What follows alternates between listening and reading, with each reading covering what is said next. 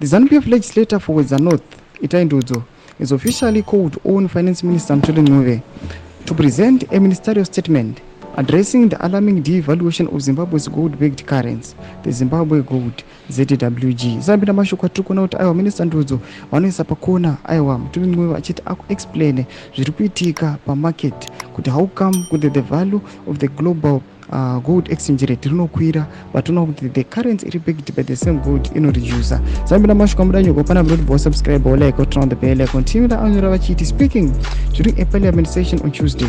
Ndudzo raised serious concerns about the currency's significant loss of value, which plummeted by over 40% last week.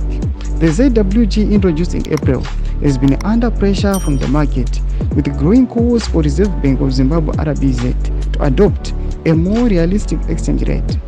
The devaluation has sparked doubts about the credibility of the currency, which is supposedly backed by gold, especially as global gold prices continue to rise. Ndudzo questioned the inconsistency between the devaluation and the global gold market.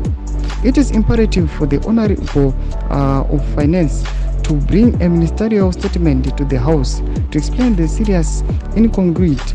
How is it that a gold-backed currency devalued by 44%, even though the price of the gold per ounce has seen a phenomenal increase in global markets?